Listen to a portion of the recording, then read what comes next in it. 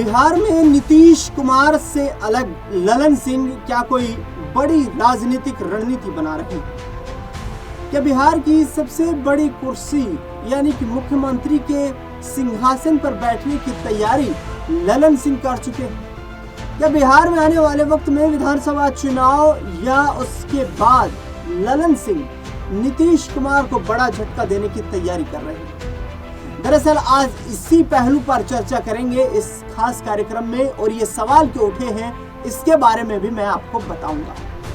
दरअसल क्या हुआ कि नीतीश कुमार और लालू प्रसाद यादव, जो कि एक वक्त पर दोनों नेता ये कहते हैं कि हम एक ही आंदोलन से उठकर आए, लेकिन उसके बाद नीतीश कुमार ने संघर्ष का रास्ता नहीं चुना। लालू प्रसाद यादव कहते हैं कि मैंने संघर्ष का रास्ता चुना, मैंने अपनी एक विचारधारा बनाई और उस विचारधारा के दौरान मुझे बिहार की जनता ने सर आंखों पर भी बैठाया, बिहार के मुख्यमंत्री भी मैं बनने में कामयाबी हासिल कर पाया और केंद्र में मंत्री बनने में भी मुझे सफलता हासिल हुई।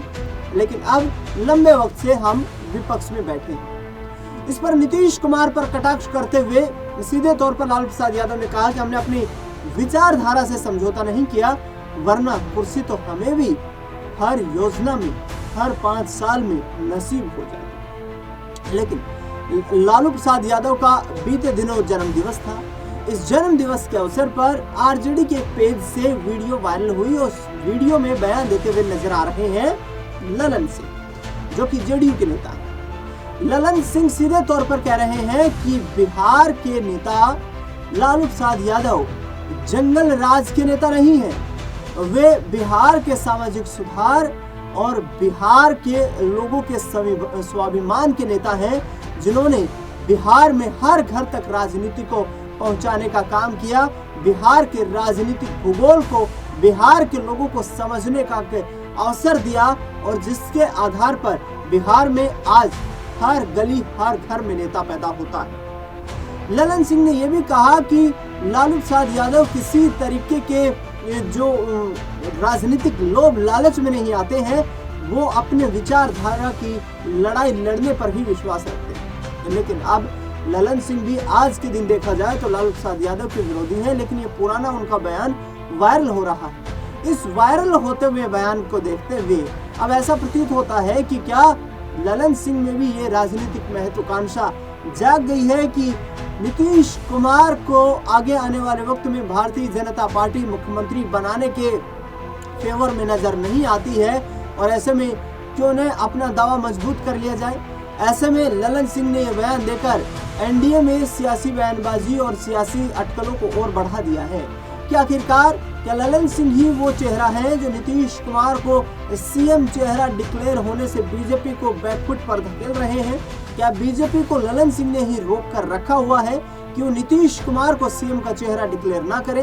क्योंकि ललन सिंह आगे आने वाले वक्त में बिहार की राजनीति में एक बड़ा चेहरा बनने की तैयारी कर रहे हैं। हालांकि वर्तमान में केंद्रीय पंचायती राज मंत्री वो हैं, लेकिन आगे आने वाले वक्त में उनकी कोशिशें हैं कि उन्हें बिहार के मुख्यमंत्री की कुर्सी तक बैठने का अवसर मिले।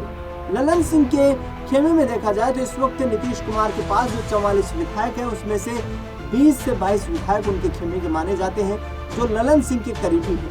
ऐसे में ललन सिंह आने वाले वक्त में ये बड़ा खेल करने की भी ताकत रखते हैं, क्योंकि यदि ललन सिंह अलग हुए नीतीश कुमार या जेडीयू से, तो ये जेडीयू और नीतीश कुमार दोनों के लिए एक बड़ी चुनौती खड़ी हो जाएगी। क्योंकि ललन सिंह वो राजनेता है बिहार में जो जमीन के मुद्दों को जानते हैं, जमीन के मुद्दों से जुड़ी हुई राजनीति को करना जानते हैं और किस तरीके से लोगों के बीच अपना एक दावा मजबूत करना है, किस तरीके से लोगों के बीच मुद्दों को रखना है, ये बखूबी जानते हैं। जेडीयू में जिसको लेकर उनका कद राष्ट्रीय अध्यक्ष तक का हुआ, जिसको लेकर के लगातार नीतीश कुमार ने भी उनकी राजनीतिक मंशा को समझते हुए 2023 में 31 दिसंबर को वो पद उनसे वापस छीन लिया था।